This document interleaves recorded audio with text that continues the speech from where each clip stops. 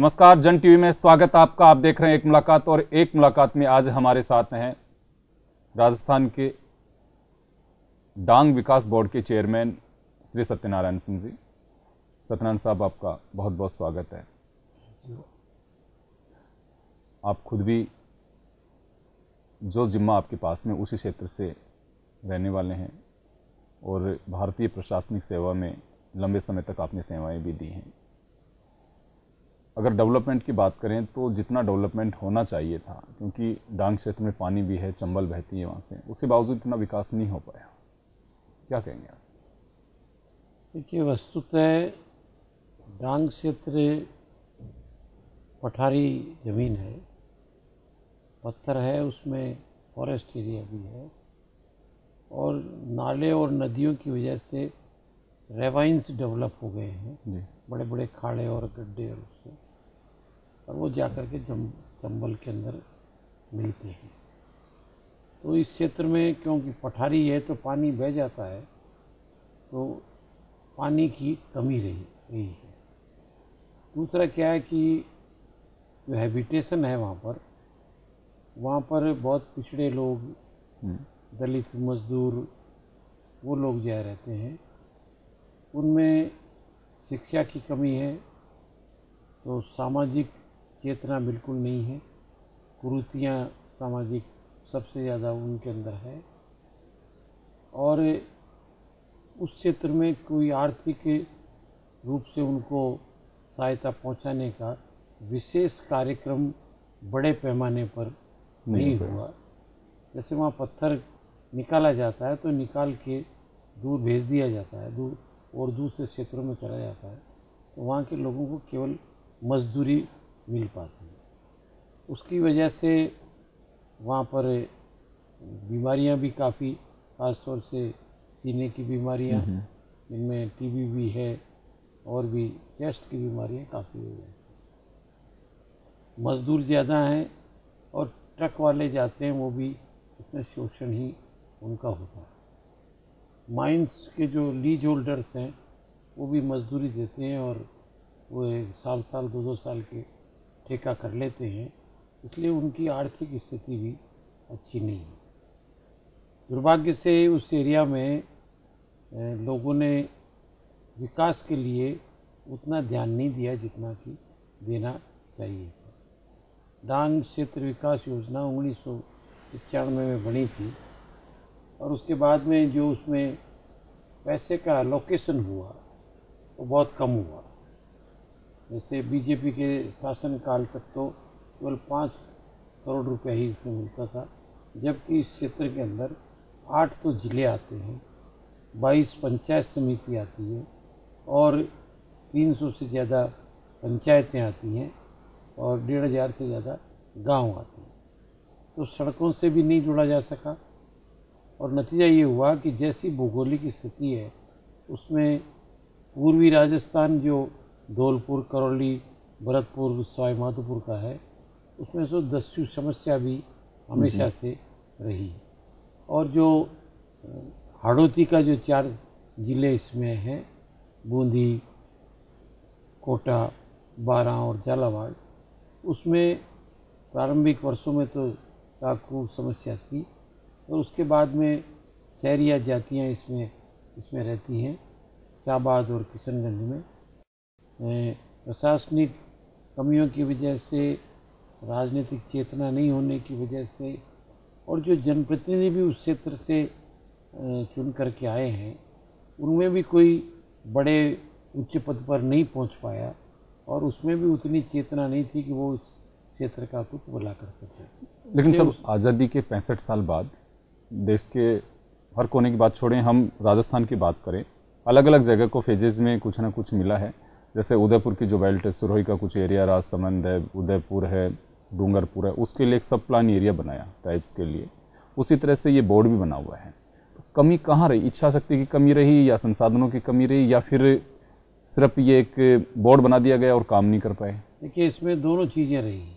जहाँ तक ट्राइबल सब प्लान एरिया बना जी, उसके लिए विशेष राशि भारत सरकार से अतिरिक्त और आई जी, और राज्य बजट का भी एक हिस्सा उस क्षेत्र के लिए जो ट्राइबल सब प्लान की जो प्रिंसिपल है, सिद्धांत है, उसके अनुसार उसके लिए ईयर मार्क हुआ। इस क्षेत्र में ऐसा कुछ नहीं हुआ। इस क्षेत्र में जैसा मैंने बताया कोई बड़ा उद्योग नहीं हुआ। इस क्षेत्र में रेल विकास भी इतना नहीं हो पाया, सड़क विकास भी नहीं हो पाया। तो आज़ादी के इतने वर्षों बाद भी जिन जिलों में ये डांग क्षेत्र है उन जिलों के में तो विकास हुआ, मगर क्योंकि जैसा मैंने बताया कि आने जाने के साधन नहीं थे, कम्युनिकेशंस के नहीं थे, सड़क नहीं बनी, रेल नहीं बनी। जैसे रेल के लिए आज भी हम मांग कर रहे हैं और अब स्वीकृत हुई है। तो मुख्यमंत्री जी अशोक जी गहलोत ने ममता बनर्जी के समय इसको स्वीकृति कराई थी। तो वो धौलपुर से सरमथुरा ब्रॉड, वहाँ भी नैरो गेज चलती है, तो उसका गेज परिवर्तन, और गंगापुर से लेके सरमथुरा के बीच में करौली होते हुए, जिसमें डिस्ट्रिक्ट हेडक्वार्टर होते हुए भी रेल भी नहीं बन सकी थी, इसलिए वो एरिया पिछड़ गया। देखिए साहब, लेकिन वहाँ सबसे बड़ी जो समस्या आपने भी कहा, दस्यु बहुत बड़ी प्रॉब्लम था, हालांकि कम होता जा रहा है, लेकिन उसके उन्मूलन के लिए केंद्र सरकार को भी ध्यान देना चाहिए था, क्योंकि ये तो बहुत बड़ी समस्या है। नक्सलियों का दूसरा रूप इसे कह सकते हैं, वृहद रूप में। लेकिन वो भी एक जिस रूट पे जो चल रहे थे, किसी का किडनैप करना, वसूली करना, ये सब कुछ होता ही था, लेकिन फिर भी ध्यान नहीं दिया गया, चाहे केंद्र सरकार हो चाहे राज्य सरकार हो। नहीं, देखिए ध्यान तो दिया गया, मगर जितना ध्यान दिया जाना चाहिए था उतना नहीं दिया गया। वस्तुतः धौलपुर से अगर हम चलते हैं जी। तो वो 3 स्टेट्स का कॉर्नर आता है। यूपी मिलता है, मध्य प्रदेश मिलता है, राजस्थान से मिलता है। तो यहाँ का अपराध करके वो उन स्टेट्स में चले जाते हैं, उन स्टेट से अपराध करके इधर आ जाते हैं। और वो जो बीहड़ क्षेत्र है, इसके अंदर रेवाइंस हैं, जिसके अंदर आदमी क्या हाथी भी जो है उसके अंदर चला जाए तो वो दिखाई नहीं देता, क्योंकि जैसा मैंने आपको बताया इस क्षेत्र में उसको दस्यु उन्मूलन के लिए प्रोग्राम बनाए गए, प्रबंध किया गया, मगर उस पैमाने पर नहीं किया जो इस गवर्नमेंट ने अब प्रारंभ किया है। मैंने गए साल इसमें चेयरमैन का भाग लिया था, तो मुझे मुख्यमंत्री जी ने सबसे पहले ये लॉ एंड ऑर्डर को कंट्रोल करने के लिए सारे क्षेत्र में भ्रमण करके वहाँ के अधिकारियों और जनप्रतिनिधियों से चर्चा करने के बाद एक विशेष प्लान बनी। उसके अनुसार इसमें हमने उनको गाड़ियाँ भी दी हैं, मैन पावर भी स्ट्रेंथन उसकी कर रहे हैं, उनके नए नए जो आजकल हथियार हैं वो भी उनको दिए जा रहे हैं। तो अब वो दस्यु समस्या भी उस पैमाने की या उस तरह की नहीं रही जो पहले हुआ करती। बड़े डाकू होते थे, और जैसा आप पिक्चरों में देखते हैं घोड़े पर भी चलते थे और भी चलते थे। और इस पैमाने इसको मध्य प्रदेश की तरफ जयप्रकाश नारायण जी ने भी हल करने की कोशिश की, विनोबा भावे भी उस एरिया में काफ़ी रहे, हमारे और भी सर्वोदयी नेताओं ने भी प्रयास किया, सफलता भी मिली। मगर जैसा मैंने आपको बताया कि वहाँ पर हर चीज़ की कमी रही, भौतिक साधन नहीं की कमी रही, भौगोलिक क्षेत्र वैसा का वैसा बना रहा, और उसका प्रशासनिक विलिंगनेस भी विल की भी कमी रही, क्योंकि लोग वहाँ जाना नहीं चाहते। ऑफिसर्स जो अच्छे ऑफिसर्स हैं, डॉक्टर्स हैं, इंजीनियर्स हैं, संसाधनों की कमी है वहाँ पे, मास्टर हैं, जाना नहीं चाहते, रहना नहीं चाहते, क्योंकि वो एरिया थोड़ा कष्टप्रद इस रूप से बना हुआ।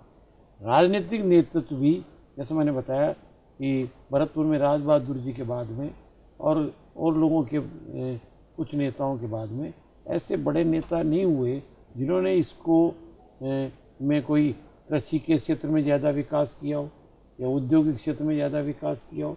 कुछ इंडस्ट्रियाँ लगी, कुछ समाप्त हो गई, यहाँ तक कि उसमें पशुपालन के क्षेत्र में भी, जबकि उस क्षेत्र में राज्य की लाखों भेड़ें जा कर के चरती हैं, रहती हैं, मगर उस क्षेत्र के लोगों को हमने पशुपालन के क्षेत्र में, डेयरी के क्षेत्र में भी उतना कार्य नहीं किया जितना कि किया जाना चाहिए था। सबसे बड़ी बात यह है शिक्षा की कमी होने से वो ग्रहण नहीं कर पाए।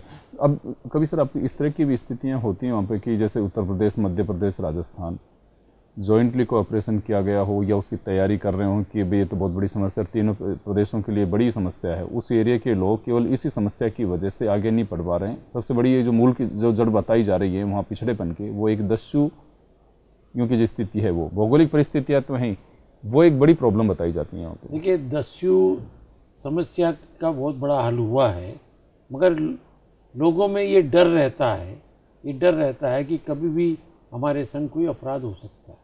और तीनों स्टेट्स ने इसके बारे में अपने अपने स्तर पर काम भी किया है। कुछ दिन पहले लोगों ने कहा था कि ये क्षेत्र ऐसा है जिसमें नक्सलियों का भी प्रभाव हो सकता है, और उसको ध्यान में रखते हुए राज्य सरकार ने, जहाँ तक मुझे ध्यान है, राजस्थान सरकार ने तो काफ़ी इसमें काम किया है। थाने भी बने हैं, इसमें नई चौकियाँ भी बनी हैं, नए अच्छे से अच्छे ऑफिसर्स को पोस्टिंग की है, और उनको साधन भी पूरे मुहैया कराए हैं, और रेगुलर मॉनिटरिंग की जा रही है। इसकी वजह से इसमें असर पड़ा। जी, निश्चित रूप से हम भी चाहते हैं और प्रदेश की हर जनता चाहती है कि हर कोना खुशहाल रहे, और जो एक बड़ी प्रॉब्लम है डांग क्षेत्र के लिए दस्युओं की, वो जल्दी समाप्त हो, तो शायद वहाँ की काया पलट हो सकती है, स्थितियाँ भी बदल सकती हैं। एक मुलाकात जारी रहेगी, लेकिन फिलहाल वक्त हो चला एक ब्रेक का, या लेंगे एक छोटा सा ब्रेक।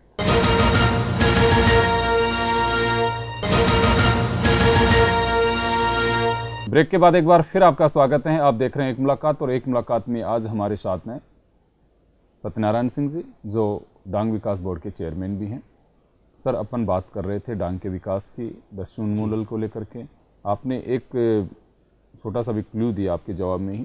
ये सवाल वाकई कई बार उठता है कि संसाधनों की कमी रहेगी और जो लोग हैं वो कहीं डाइवर्ट नहीं हो जाए। खासकर जो चिंता का विषय है वो है रेड कॉरिडोर का, यानी नक्सलियों के कहीं प्रभाव में नहीं आ जाएं। धौलपुर का एरिया है, इसी तरह से कुछ शहरिया जो एरिया है शाहबाद, और इसको मानते हैं, दूसरा मानते हैं कि डूंगरपुर, उदयपुर, और इस तरफ भी ये कुछ हलचल इस तरह की नज़र आती है। आपको कभी कुछ लगता है इस तरह की स्थिति वहाँ पे, क्योंकि लंबे समय से आप उस क्षेत्र से व्यक्तिगत रूप से भी जुड़े रहे? देखिए, मैं वहाँ पे 82 से 85 तक कलेक्टर भी रहा था, और उसके बाद मैंने सामाजिक क्षेत्र में भी वहाँ काफ़ी काम किया है। चुनाव में भी वहाँ पर मैंने भाग लिया है, और मैं वहाँ पर रिलीफ के काम काफ़ी करता रहा हूँ, और काम भी जारी है। मुझे नहीं लगता कि कोई नक्सलियों का प्रभाव, जहाँ तक मेरा ये क्षेत्र है डांग वाला, इसमें बन सकेगा। NGOs काम करते हैं, वो लोगों में कई बार असंतोष पैदा करने की कोशिश करते हैं। ये भी सही है कि वहाँ पर लोगों का शोषण, जो लीज होल्डर्स हैं उनके द्वारा भी होता है, और ये भी सही है कि वहाँ की जो जातियाँ हैं वो किसी ज़माने में क्राइम से ही जुड़ी हुई थी, और सब तरह के सामाजिक बुराइयाँ उनके अंदर थी। और जितनी सड़कें वहाँ होनी चाहिए उतनी नहीं थी, तो पुलिस और सुरक्षा बल जो है वो टाइम से नहीं पहुँच पाते, इनके पास उतने साधन भी नहीं थे। मगर मैं ये महसूस करता हूँ इसमें विजिलेंट जो वर्तमान हमारी राजस्थान सरकार की गवर्नमेंट है, जैसे मैंने आपको बताया, मुझे शुरू में ज्वाइन करते ही मुख्यमंत्री जी ने कानून व्यवस्था का ये कहा था कि आप इसकी स्टडी करके बताओ क्या क्या किया जाना चाहिए। और वो जब सब पुलिस ने और के उच्च अधिकारियों ने, हमने चर्चा करके वहाँ पर इस प्रकार की व्यवस्था की है कि नक्सलवाद वहाँ पनपे, ऐसी स्थिति नहीं है। और वहाँ पर क्राइम भी अब काफ़ी कंट्रोल में आ रहा है। बड़े क्राइम, ये छोटी-छोटी की रोज़ की जो घटनाएं होती हैं क्राइम की, वो हो जाती हैं। बाकी जो जैसे पहले बड़े डाके डलते थे, या पहले जो है मर्डर, अपहरण हुआ करते थे ज़्यादा, और फिर वो फिरौती मांगा करते थे, ऐसे इंस्टांस अब बहुत कम हो गए हैं और छोटे पैमाने पर हो गए हैं। उस लेवल के डकैत भी अब इस एरिया में एक्टिव नहीं। दूसरा सब ये बताएं कि एक जो गैप है, या तो जिसके पास माइंस हैं वो बहुत पैसे वाले हैं, या फिर बेचारा जो आदमी है वो अपने 2 जून की रोटी जो कमाता है वो वहाँ पे लेबर की तरह काम करके वो कर रहा है, और बहुत सारी जगह ये बताया जाता है कि बंधुआ मजदूरों की तरह लोग काम करते हैं।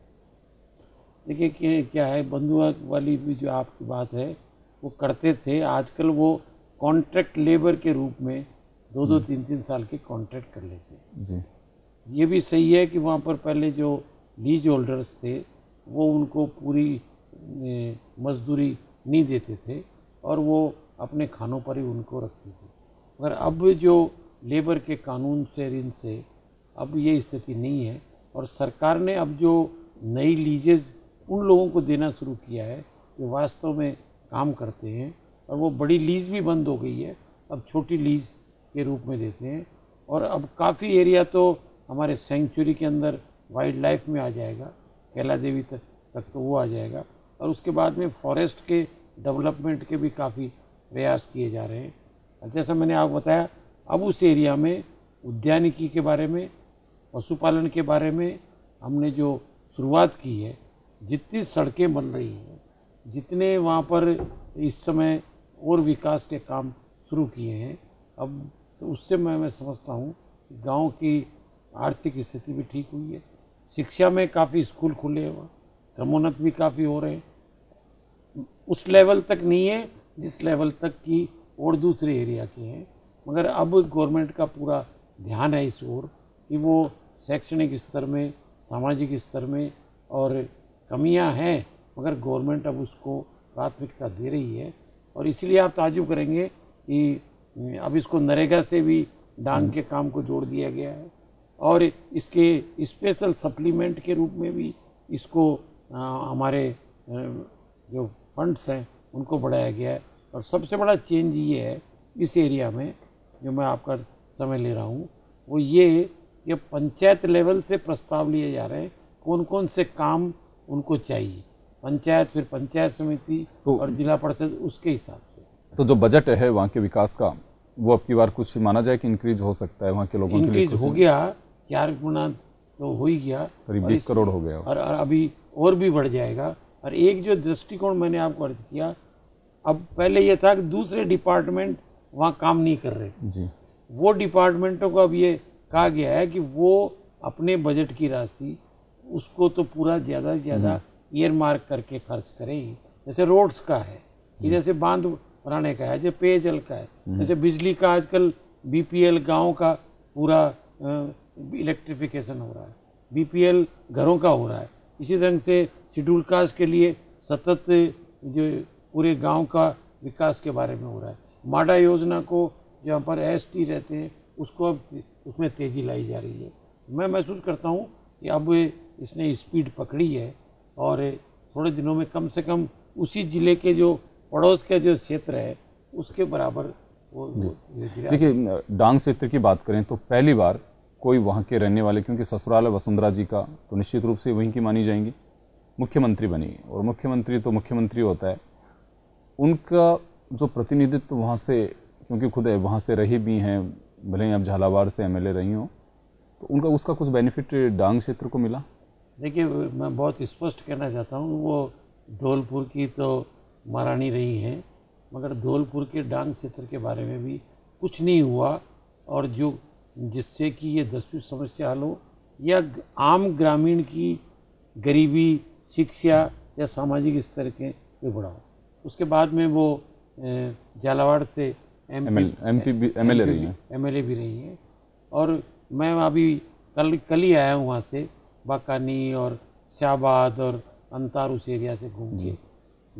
मैं समझता हूँ उन्होंने इस एरिया के लोगों के लिए वो तवज्जो नहीं दिया जो कि उनको देना चाहिए था, और उसी का नतीजा ये है कि वो क्षेत्र आज भी, जैसे शाहबाद में पानी की समस्या आज भी हो जाती है, बाकानी में मैं गया वहाँ बिजली की समस्या आज भी हो जाती है, आज अंता में गया वहाँ की अलग समस्या है। रोड्स जो है वो ये है स्थिति कि हमको अगर झालावाड़ से कोटा आना है तो उससे नहीं आकर के वापस 12 जाके कोटा आने की अब काम तेज़ी से चल रहा है। जो उनको प्राथमिकता इम्पोर्टेंस देनी चाहिए थी, शहर में उन्होंने मिनी सचिवालय बनाया या अस्पताल बनाया, बाकी जो ग्रामीण क्षेत्र हैं, जो वहाँ शहरिया क्षेत्र हैं, उसमें शोषण कम नहीं हुआ और उनकी तरक्की नहीं हुई। यहाँ तक कि जो ट्राइबल डेवलपमेंट के जो काम थे शहरिया क्षेत्र में, मैं ट्राइबल डेवलपमेंट का एमडी रहा हूँ और डायरेक्टर भी रहा हूँ, तो जो स्थिति उस समय थी लैंप्स की वही आज भी है, और जो ही उनका जितना विकास होना चाहिए था उतना नहीं हुआ। जी, ये तो सर डांग से जुड़ी बातें रही। आपको राजनीति से भी काफ़ी लंबे समय तक मतलब सक्रियता से रहे हैं कि कहाँ क्या चल रहा है। सामाजिक न्याय मंच भी आप लोगों ने गठित किया। क्या मानना आपका कि राजस्थान में बीजेपी और कांग्रेस के अलावा कोई विचारधारा या संगठन जगह बना सकता है? देखिए, मैं ये महसूस करता हूँ मैं सर्विसेज में आने के पहले भी राजनीतिक पार्टी में था। सर्विस से रिटायर होने के बाद में भी मैं सामाजिक न्याय मंच के थ्रू हमने आरक्षण का भी काम किया। फिर कांग्रेस ज्वाइन करके मैं क्षेत्र में काफ़ी काम कर रहा हूँ। मेरे ख्याल से ये जो वर्तमान स्थितियों में कांग्रेस और बीजेपी के अलावा तीसरे मोर्चे का या थर्ड दूसरी पार्टीज का कोई स्थान नहीं है। इक्का दुक्का एमएलए जीत जाओ या एक आध जगह पर कोई आदमी आ जाओ वो दूसरी बात है, या किसी जाति विशेष में उनका प्रभाव हो जाए वो स्थिति दूसरी बात है। बाकी इस क्षेत्र में मैं नहीं मानता कि कांग्रेस और बीजेपी के अलावा और कोई पार्टी अपना प्रभाव कोई महत्वपूर्ण प्रभाव बना सकेगी। 1 2 3 4 सीट आ जाएं वो बात दूसरी है, बाकी नहीं बना। आरक्षण का बड़ा एक इशू चल रहा है। करप्शन तो एक अपनी जगह है, लेकिन राजस्थान में भी पदोन्नति में आरक्षण का मामला हो या फिर समय समय पर जिस तरह की बातें आती हैं अलग अलग जातियों के अपने अपने, क्योंकि आरक्षण के इशू से आज भी आप जुड़े हुए हैं। आपका आरक्षण अधिकार मंच जो है आप उसके भी संयोजक हैं। क्या मानना है अभी आरक्षण की अगर मूल बात करें तो वाकई जिस आदमी को मिलना चाहिए तो उसका हक मिल पा रहा है? देखिए, आरक्षण की बात में मेरे बहुत स्पष्ट संवैधानिक और सही है जो अप्रोच के दृष्टिकोण से आपको अर्ज कर रहा हूँ, क्योंकि मेरे अपने दृष्टिकोण से या पार्टी के दृष्टिकोण से नहीं कर रहा हूँ। संविधान में भी कहा गया है और सुप्रीम कोर्ट ने भी कहा गया है कि जब तक सामाजिक असमानता रहेगी किसी न किसी रूप में आरक्षण का प्रावधान चलेगा। ये कहना हमेशा से गलत है कि जातियों के नाम पर आरक्षण है। आरक्षण है वर्ग के नाम पर, और बहुत स्पष्ट रूप से जहाँ तक शेड्यूल कास्ट वो हैं जिनसे छुआछूत होती थी, एसटी वो जो जंगल में रहते थे या जंगल पर आधारित सोशली एजुकेशनली बैकवर्ड थे, वो ओबीसी के अंदर आए। अब बात की जाती है आर्थिक आधार पर। ये संवैधानिक के अनुसार नहीं हो सकता जब तक कि हम संविधान को चेंज नहीं करें। अब ये हो सकता है कि व्यवसाय और आय के आधार पर कोई जो कौमें वर्ग पिछड़ गए हैं, जो समुदाय पिछड़ गए हैं, वो इसमें जोड़े जा सकते हैं। इसमें धर्म का भी कोई महत्व और कोई स्थान नहीं है। मोमडन्स में भी हमारे राजस्थान में करीब करीब 90% लोग ओबीसी के अंदर हैं। तो ओबीसी में भी अब ये जरूर होता है कि तुलनात्मक दृष्टि से कोई ज़्यादा पिछड़ गया, कोई तुलनात्मक दृष्टि से आगे बढ़ गया। मगर ये आरक्षण का वर्तमान स्वरूप 16, 12 और 21 और 50 का है। इसमें मेरे ख्याल से चेंज अभी नहीं आ पाएगा, और लोग कोशिश करते रहेंगे, कोशिश करेंगे भी। जैसे हमारे स्पेशल ओबीसी के लिए विशेष के लिए प्रयास हैं, उस समय काफ़ी लोगों की जान भी गई, मगर अब वो भी समझ गए हैं कि संविधान के तहत हमें क्या मिल सकता है और क्या नहीं मिल सकता है। इसलिए अब कोई विशेष इसमें आंदोलन पुराने टाइम जैसा वसुंधरा जी के टाइम पे हुआ था उस ढंग का आंदोलन मैं एक्सपेक्ट नहीं करता। अब आम लोग समझ गए हैं कि आरक्षण की स्थिति क्या है, क्या मिल सकता है और क्या किया जाना चाहिए। जी, अब बोर्ड के चेयरमैन तो हैं, बोर्ड का अपना काम है, उसमें तो व्यस्तता रहती है। उसके अलावा एनजीओ भी आप चलाते हैं, संगठन और भी हैं वो सामाजिक सरोकार से जो आरक्षण अधिकार मंच या दूसरे उनसे आप जुड़े रहते हैं, तो सारा कुछ एडजस्टमेंट कैसे करते हैं टाइम का आप? देखिए, अब 1 साल से तो मैं एनजीओज में काम नहीं कर पा रहा हूँ। पहले मैं राजस्थान वॉलंटरी हेल्थ एसोसिएशन, जिसके मार्फत हम तम्बाकू विरोध में या कन्या भ्रूण हत्या के बारे में या एड्स के बारे में करते थे, मैं उसमें अभी इतना समय नहीं दे पा रहा हूँ। स्वच्छ नगर संस्था का भी मैं जयपुर डेवलपमेंट का था, उसमें भी नहीं कर पा रहा हूँ। मैंने अध्यक्ष भी चेंज कर दिया है। जहाँ तक सवाल उस एनजीओ से तो मैं जुड़ा हुआ हूँ जो डांग क्षेत्र के अंदर रिलीफ का काम करती है। मेरा एक्सिस हेल्थ केयर संस्था है, रजिस्टर्ड संस्था है, इसके द्वारा हम गांव में गरीबों को कंबल भी, फीस भी और दूसरे काम करते हैं। अगर 1 साल से मैं, क्योंकि डांग क्षेत्र में मैं अपनी बड़ाई में नहीं कह रहा हूँ, पहले बार पंचायत समिति लेवल पर और पंचायत समिति लेवल पर हम जाके मॉनिटर कर रहे हैं, वरना अन्यथा पहले डिस्ट्रिक्ट को पैसा दे देते थे और वो वहाँ पर अपने काम के हिसाब से कर देते। तो मैं ज़्यादा 1 साल से पूरा इसमें ही काम में लगा हुआ हूँ, रिलीफ वर्क्स में अवश्य डांग क्षेत्र में जुड़ा हूँ। सिंह साहब, आप की जो सक्रियता है और आपका जो व्यक्तित्व है उसको लेके बहुत सारे इश्यूज़ हैं जिस पे आपसे बहुत कई मुद्दों पर हमारे दर्शक जानकारी ले सकते हैं, लेकिन वक्त और समय सीमा का ध्यान रखते हुए हम देंगे एक मुलाकात को भी यहीं पे विराम। और आप हमारे स्टूडियो पधारे, दर्शकों से रूबरू हुए, उसके लिए हम बहुत बहुत शुक्रगुजार हैं। अब दीजिए मुझे भी इजाज़त। नमस्कार।